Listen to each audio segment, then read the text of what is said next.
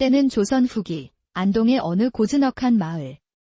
남강줄기가 마을을 휘감아 도는 그곳에 가난하지만 성실한 서기 이명준이 살고 있었습니다. 그의 집안은 대대로 관아에서 그를 다루는 중인 계급이었으나 거듭된 흉년과 무거운 세금의 가세는 기울 대로 기울어 있었습니다. 이명준은 각진 얼굴에 선한 눈매를 가졌지만 삶의 무게에 눌려 그의 눈에는 늘 깊은 수심이 어려 있었습니다. 한때는 꼿꼿했을 그의 허리도 이제는 고단함에 조금은 굽어 있었지요. 20살 되던 해, 그는 이웃 마을 농부의 딸인 마음씨 고은윤 씨를 아내로 맞았습니다. 비록 가난했지만 성품이 온순하고 부지런하여 시부모의 사랑을 듬뿍 받았지요. 여보, 우리에게도 이제 아이가 생길 때가 되지 않았소. 혼인한 지 벌써 2해가 지났는데 말이오. 그러게 말이에요. 어제도 어머님께서 제 손을 잡으시며 한숨을 쉬셨답니다. 언제쯤 손주 얼굴을 볼 수 있겠냐고요? 당신 탓이 아니오. 하늘이 점지해 주실 때까지 조금만 더 기다려 봅시다. 내일은 절에라도 가서 불공이라도 드려봅시다. 부부의 금슬은 더없이 좋았고 그들의 간절한 기도가 하늘에 닿았는지 이듬해 첫 딸을 낳았습니다. 그 아이가 바로 이 이야기의 주인공 효선이었습니다. 효선이 태어나던 날은 유난히 달이 밝은 보름날 밤이었습니다. 아이를 받아든 산타는 감탄하며 말했지요. 아이고, 이 아기 좀 보게. 참으로 맑고 고운 기운을 타고났구먼. 달빛처럼 깨끗한 관상이야. 정말이요. 우리 아이가 그리 좋은 관상이란 말이오. 그럼요. 눈매, 코, 입에 어느 하나 빠지는 데가 없으니 커서 절세미인이 될 것이 틀림없소. 그런데 뭐요? 혹시 무슨 문제라도 있는 것이오? 아니, 그게 아니라 이 아이의 이마에 작은 붉은 점이 하나 있는데 이게 고생점이라고도 불려서 마음에 걸리는구려. 에이, 내가 괜한 소리를 했나 보오. 잊어버리시오. 효선은 자라면서 산타의 말대로 눈부시게 아름답고 총명한 아이가 되었습니다. 5살에 한글을 깨치고 7살에는 천자문을 줄줄 외웠지요. 아버지, 오늘은 무슨 글자를 배울까요? 어제 배운 긴, 인, 자는 다 외웠어요. 벌써 다 외웠단 말이냐? 우리 효선이가 정말 총명하구나. 그럼 오늘은 효를 배워보자꾸나. 효요. 그게 무슨 뜻이에요, 아버지? 효란 부모님께 효도하는 마음이란다. 부모님을 공경하고 섬기는 것이 사람의 근본이지. 부모님이 주신 몸을 상하지 않게 하는 것이 효의 시작이고 훌륭한 사람이 되어 부모님의 이름을 빛내는 것이 효의 끝이란다. 와, 조금 어려워요. 그럼 제가 부모님 말씀 잘 들으면 효도하는 거예요? 그렇지. 그것이 바로 효도의 시작이란다. 우리 효선이는 벌써 효녀구나. 효선은 아버지의 가르침을 마음 깊이 새겼습니다. 이명준은 비록 아들은 아니지만 이 아이가 자라 좋은 집안에 시집가면 자신들의 노후도 편안하리라 생각했지요. 하지만 세상 일이란 어찌 사람 마음대로 되겠습니까? 효선이가 8살 되던 해부터 흉년이 계속되었습니다. 관아의 녹봉마저 끊기기 일쑤였지요. 여보, 오늘도 관아에서 녹봉이 나오지 않았다면서요? 벌써 3달째인데 쌀독은 바닥을 보이고 아이들 먹일 것도 떨어져 가는데 어쩌면 좋아요? 그러게 말이오. 내일 장에 가서 어머님 유품인 은장도라도 팔아야겠소. 어머, 그건 안 돼요. 어머님이 남기신 마지막 유품이잖아요. 차라리 제 비녀를. 당신 비녀는 이미 지난달에 팔지 않았소. 아이고, 이놈의 팔자야.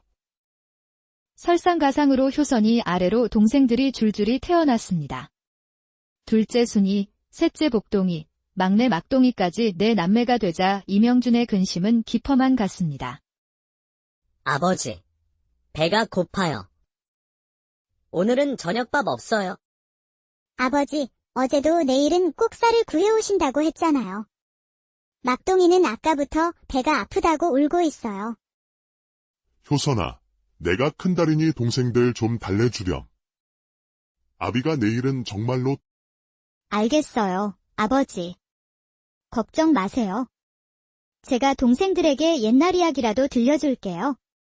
아버지는 너무 마음 쓰지 마세요. 아버지까지 쓰러지시면 우리는 어떡해요? 이명준은 굶주린 아이들의 얼굴을 차마 바로 볼 수가 없었습니다. 결국 그는 해서는 안 될 선택을 하고 맙니다. 바로 이 마을의 악독한 부자, 김진혁 대감에게 돈을 빌린 것이지요. 김진혁 대감은 50이 넘은 나이에 메기처럼 널쩍한 얼굴과 쥐처럼 작은 눈을 가졌으나 그 눈에서는 늘 탐욕의 빛이 번뜩였습니다. 그는 고리대금업으로 온 마을 백성들의 고혈을 빨아먹고 살았지만 겉으로는 구휼미를 내는 등 덕망 있는 양반 행세를 하는 위선자였습니다. 그에게는 못 말리는 버릇이 하나 있었는데 바로 여색을 밝히는 것이었습니다. 본처 외에 첩을 셋이나 두었고 그것도 모자라 가난한 집딸들을 돈으로 사들여 하룻밤 놀이개로 삼곤 했지요. 효선이가 18 되던 해 겨울은 유난히 추웠습니다. 땔감조차 없어온 가족이 한방에 모여 서로의 체온에 의지해 추위를 견뎌야 했지요. 어머니, 막동이가 열이 심하게 나요. 끙끙 앓고 있어요. 아이고, 이를 어쩌면 좋단 말이냐. 약 한 첩 지어줄 돈이 없으니. 바로 그때 김진혁 대감의 하인이 이명준을 찾아왔습니다. 이석이, 우리 대감께서 찾으시네. 어서 가보게. 이명준이 대감 댁에 가보니 사랑방에는 술상이 차려져 있었습니다. 김대감은 능글맞은 미소를 지으며 그를 맞았지요. 어서 오게. 이석이. 자네 요즘 형편이 말이 아니라던데. 얼굴이 반쪽이 되었구먼. 그저 먹고 살기 힘들 뿐입니다. 대감. 내가 부른 건 다름이 아니라 자네를 돕고 싶어서라네. 우리가 이웃 아니던가? 자, 술이나 한잔하게. 김대감은 술잔을 권하며 본론을 꺼냈습니다. 자네 맏딸이 효선이라고 했던가? 올해 18이라지. 듣자 하니 미모가 출중하다던데. 그렇습니다마. 왜 저희 효선이래? 내가 그 아이를 첩실로 삼고 싶네. 물론 그냥은 아니지. 자네가 진 빚을 모두 탕감해주고 논 열마지기를 주겠네? 어떤가? 대감. 효선이는 아직 어린아이입니다. 그런 말씀은 나쁜 짓을 하겠다는 게 아니야. 좋은 옷 입히고 좋은 음식 먹이며 귀히 대접하겠다는 것이지. 자네 집 막내가 병들어 죽어간다면서?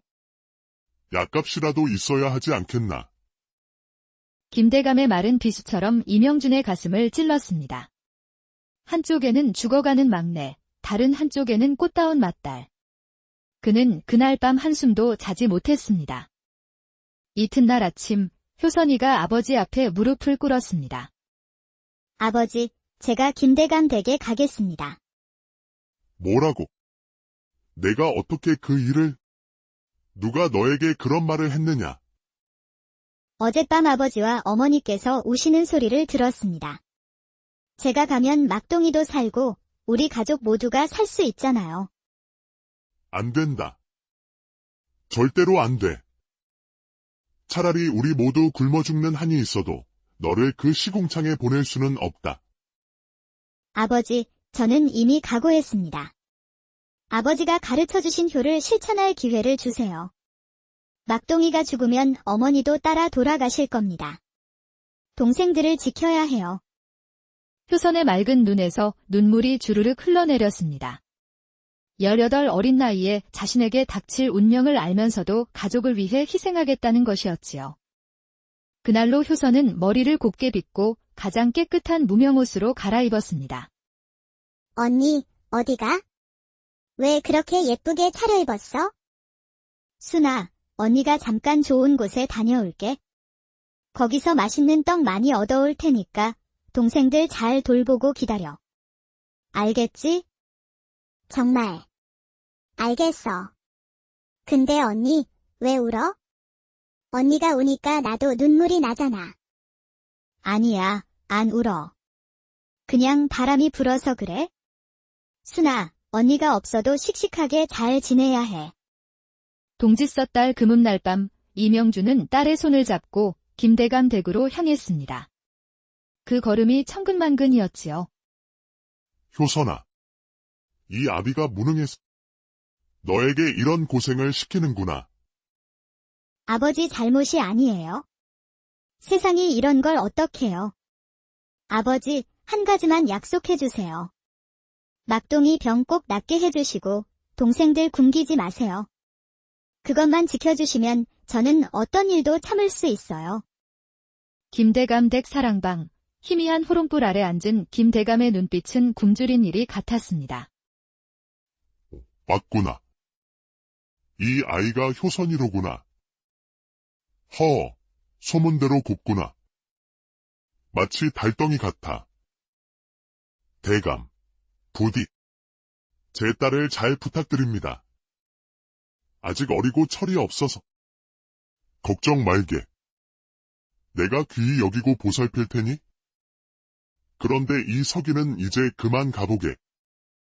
아이가 적응하는 데 방해가 될 테니. 하인들이 이명준을 밖으로 밀어냈습니다.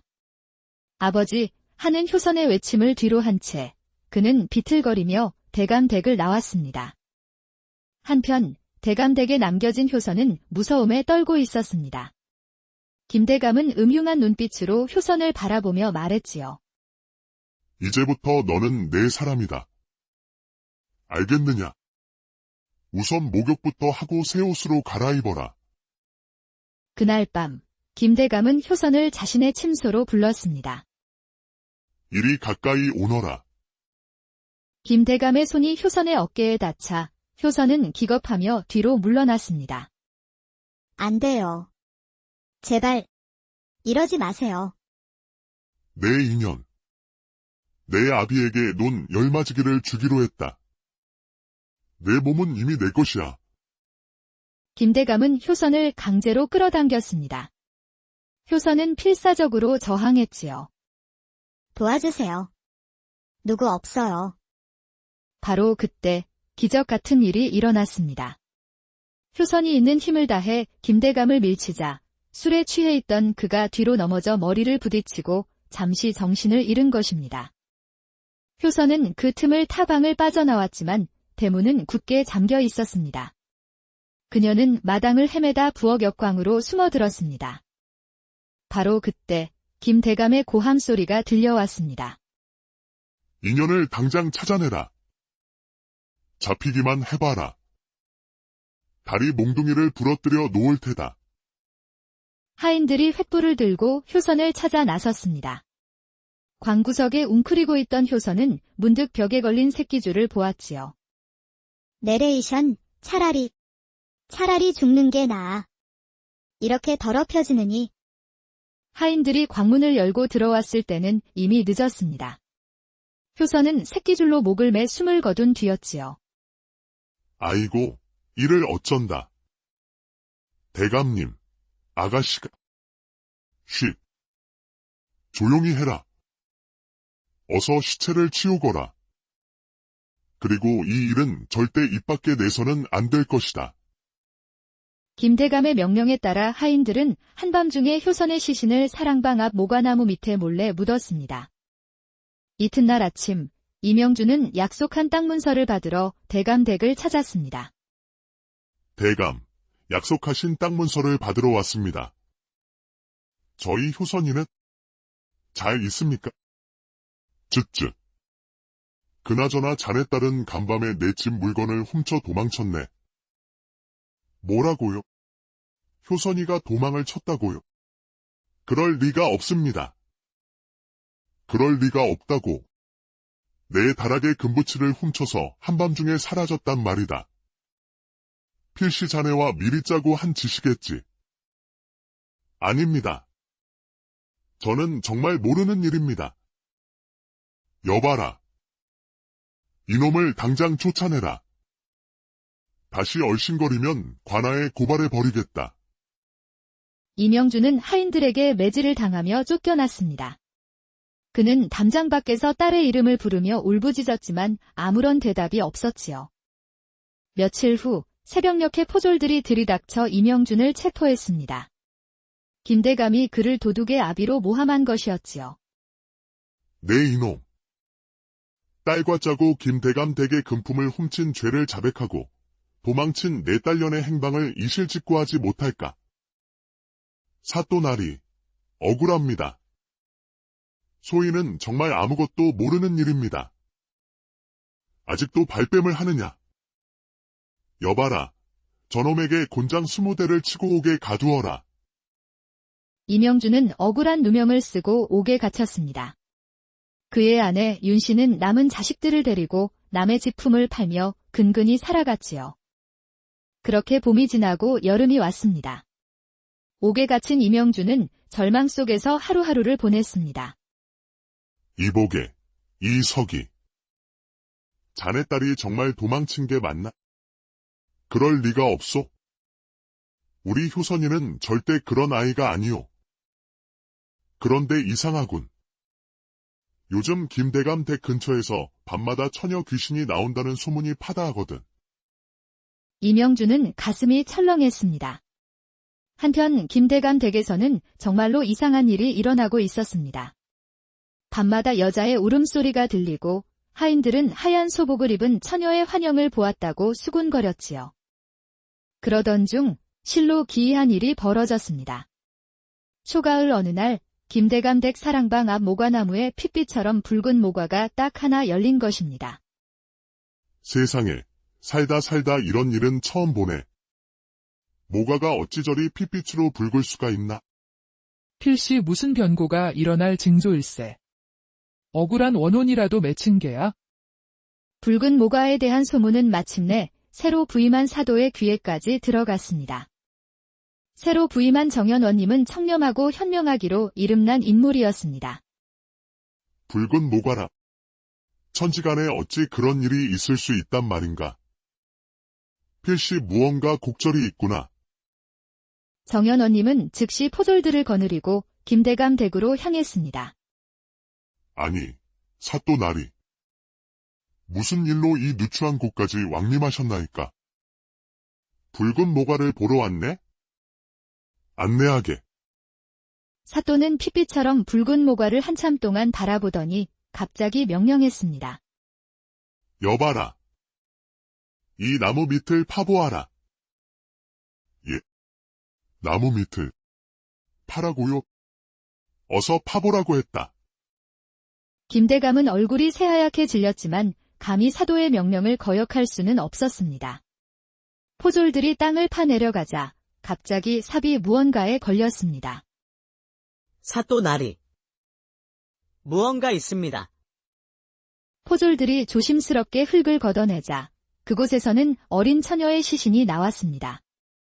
더욱 놀라운 것은 시신이 전혀 썩지 않고 마치 방금 죽은 사람처럼 생생했다는 것이었지요. 그녀의 목에는 새끼줄이 감겨 있었습니다. 바로 효선의 시신이었습니다. 이 아이가 바로 이 서기의 딸 효선이로구나. 맹득수.